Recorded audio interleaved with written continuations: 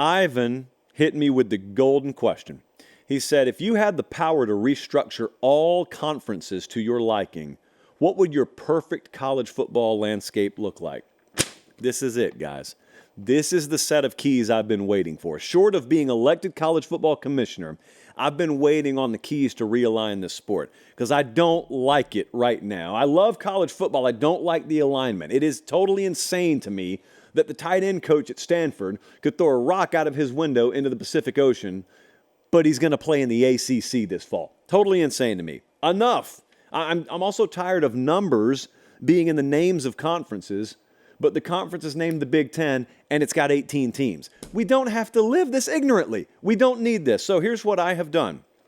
I am going to realign the sport, and you told me I could do whatever I wanted to, okay? So I'm realigning the sport with history in mind, with functional scheduling in mind, with the playoff in mind, but prioritizing regular season Saturdays in the fall. And I also don't want any conference bigger than 10 teams. You know why? I have this crazy idea that in college football, everyone should be able to face everyone in their conference every year. It's crazy, but I think it could work, okay? So in the SEC, here's where I went. I took Texas and OU out. I took Arkansas out. They're not gone from the sport. I'm just replacing them. I'm putting them elsewhere. Vandy's gone. Controversial? No, probably not. Vandy's gone and A&M's gone. So I've got 10 teams here. I got the 2 teams in Alabama. I got Florida, Georgia, Kentucky, LSU, Mississippi State and Ole Miss, South Carolina, and Tennessee. That's my SEC. 10 teams. That's my SEC. Let's go to the Big Ten. In the Big Ten, I'm probably going to get a little pushback from Maryland fans because I took Maryland out of the Big Ten. I'll tell you what I did with them in a second. Rutgers is gone as well. There is no West Coast team, nor should there be, in the Big Ten. So the LA schools are gone. Oregon's back on the West Coast. Washington's back on the West Coast. I'll tell you what conference they're in a second. There are actually 10 teams here. Now, Northwestern was tough. Believe it or not, I wrestled heavily with what to do with Northwestern. There was a scenario where I took Penn State and put them elsewhere, and I put Northwestern in the Big Ten. They've always been there. But you told me I could do what I wanted to. So I'm taking Northwestern, and they're actually going to be an independent. I'll talk more about them in a second. They're going to be an independent. Guess who's back? Guess who's back? The Big East is back in football. The Big East is back amongst us on Saturdays in the fall. The originals are all there. I've added UCF to the Big East. Now I'm adding Maryland to the Big East. This is going to be one that's a little controversial. And I get it. Trust me, I had a number of different combinations, but I'm putting Maryland in the Big East. Really good for you guys in basketball season. Not that I care a whole lot. It's going to be a really good basketball product.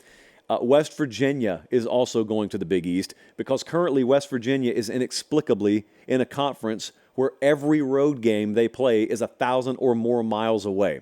No more. No more. USF. Hat tip to Alex Golish and the folks down there. You guys are in the Big East now. And we're going to count all these as power conferences, okay? These are all going to be power. P whatever. Guess who else is back? This one is the one that warms my heart the most, okay? I have wanted to do what I'm about to do for so long, immunity. Without further ado, I would like everyone to welcome back to the head table of college football, the Southwest Conference. I watched Pony Excess the other night in preparation for this. Showed the lady Pony Excess. She had never seen it before. 5-star review. Didn't like the way that the folks talked about Bobby Collins coming to SMU by way of Southern Miss.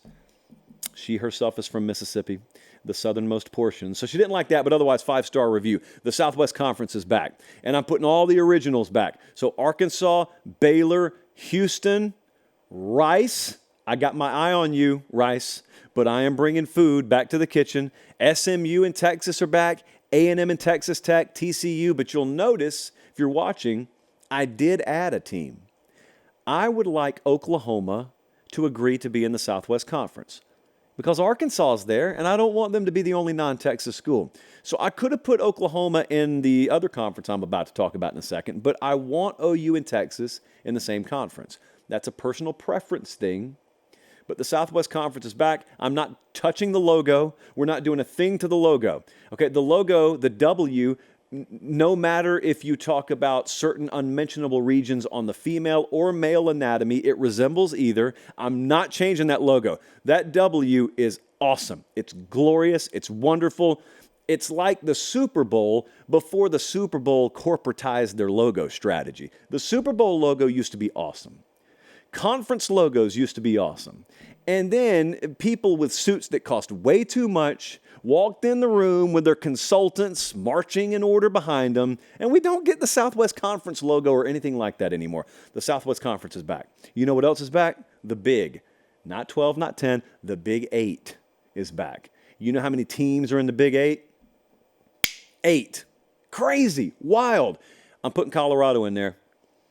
Okay, and I'm putting Missouri in there, so Missouri's no longer in the SEC. They're going to the Big 8.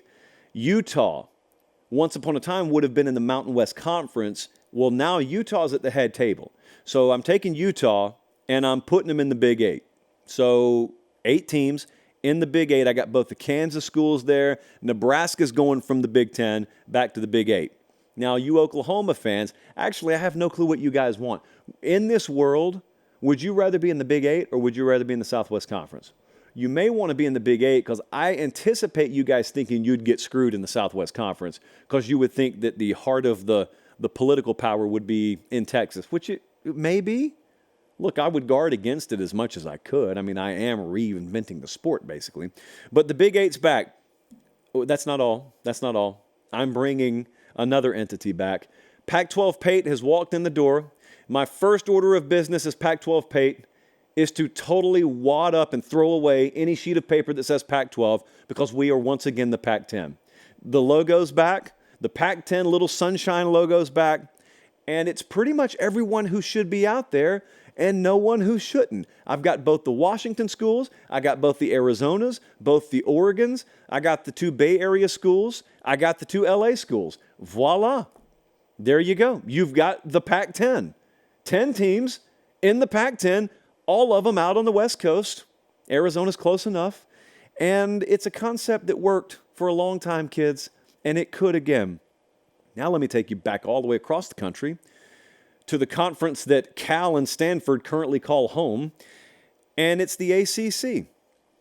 And it's all the current members minus Pitt, minus Louisville, minus Syracuse, and minus Boston College, who have been split up and largely are now all in the Big East. That's a solid conference. It's a solid conference. I suppose Miami used to be in the Big East. They're not going to be there. I'm keeping Miami in the ACC. But again, this is a 10-team conference. And as you can notice, once I've gone down this list, there are a few teams that have been left out. You haven't seen Notre Dame, have you? I am allowing Notre Dame, after intense negotiations with Brady Quinn, I am allowing Notre Dame to maintain their independence.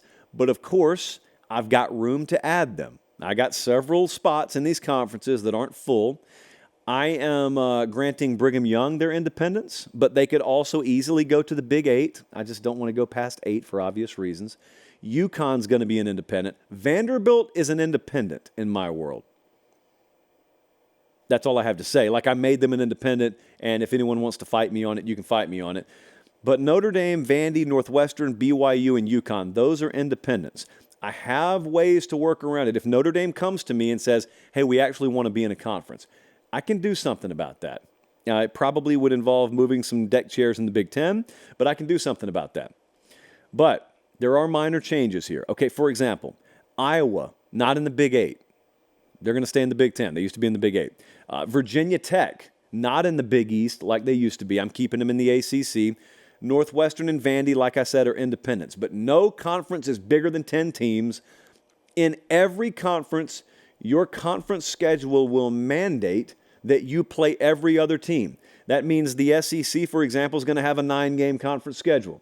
That means the Big Ten is going to have a 9-game conference schedule. And you know what? At this point, go have your 8-team playoff. I don't care.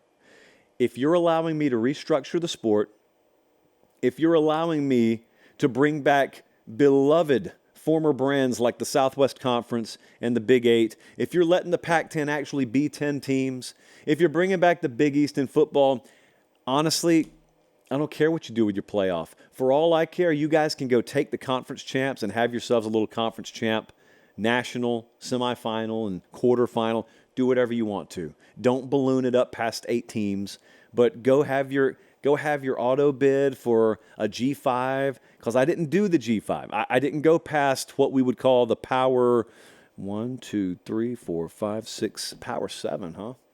The P7. You go do your playoff. I don't care at that point. Okay, I'll just kind of check myself out of that conversation. But I've got some pretty legit conferences here. Oh, by the way, nothing stops this from happening right now. Did you know that? Like, we could go back to this world right now. There are certain people in the room whose pockets are really deep right now, who aren't going to share a dime with you, who won't let us go back to that world. But it could be. It could be. You ever notice, by the way, I'm going to sound 5 years old again. You ever notice that for all these moves that happen that are for the quote-unquote betterment of college football, no decision gets made by those folks for the best interest of college football that doesn't increase profitability? Did you ever notice that? It's why I give credit to Michigan or Notre Dame. I've mentioned this a few times. I love going to Ann Arbor, love going to South Bend, love going to those stadiums, because those are places where they actually put into practice this philosophy. They don't have advertising signage in the stadium, and if they do, it's very minimal. There are other places, not necessarily knocking it, but there are other places where they sell every available inch of potential advertising space because they want to maximize profitability and revenue. Cool.